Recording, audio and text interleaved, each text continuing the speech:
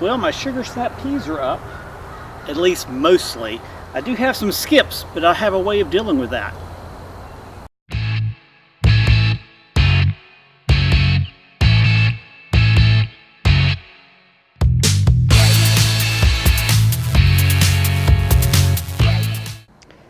If you take a look at my sugar snap peas, they all came up fairly good. But even with this coverage, there's always some skips, which is just kind of annoying, but there are ways of dealing with it. This variety is super sugar snap, so I'm anxious to try this. I haven't had this before, so we'll see how it tastes.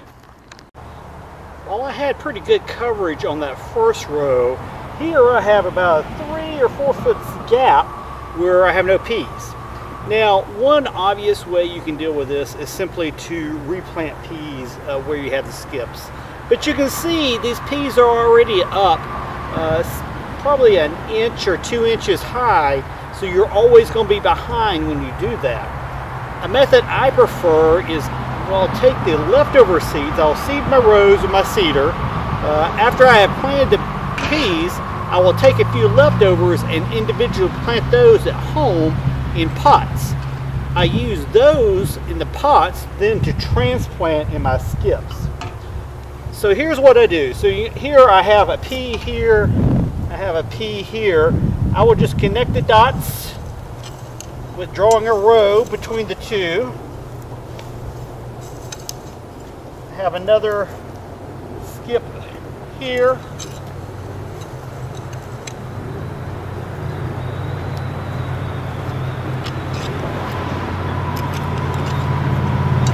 I'll then use this row I just made as a marker, and I'll transplant my pea pots in that.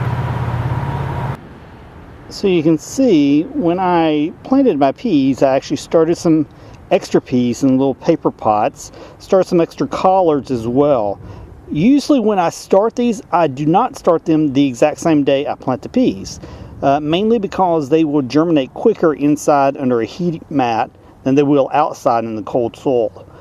So I want the goal is to be about the same size, so I usually wait a few days before I plant or try to start these indoors. These, however, even though I did wait, they are as big, if not bigger, than the ones in the field. So as you can see, I use these little paper pots to transplant these. The nice thing about these is I can put this in the soil and it will just completely dissolve. If you're worried about the roots being able to make their way through the pot, don't worry. As you can see, both of these, the roots have no problem going through. So I will go and plant them in. Just take my trowel. I know where to go now that I have it marked off. Put them in here, backfill with soil, and it's good to go. Now, I actually probably will come in a few days and cut this paper off. Paper would have a tendency to wick moisture away. I'm not going to do that today because it's going to rain tonight, so it's not going to be an issue, and that way it will help them transition a little better going into the soil.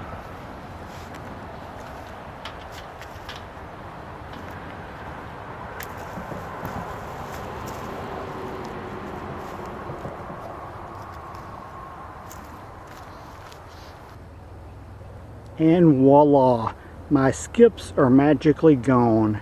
And you too can use this trick to fool your friends and family into thinking you too are a master gardener who never have skips in his rows.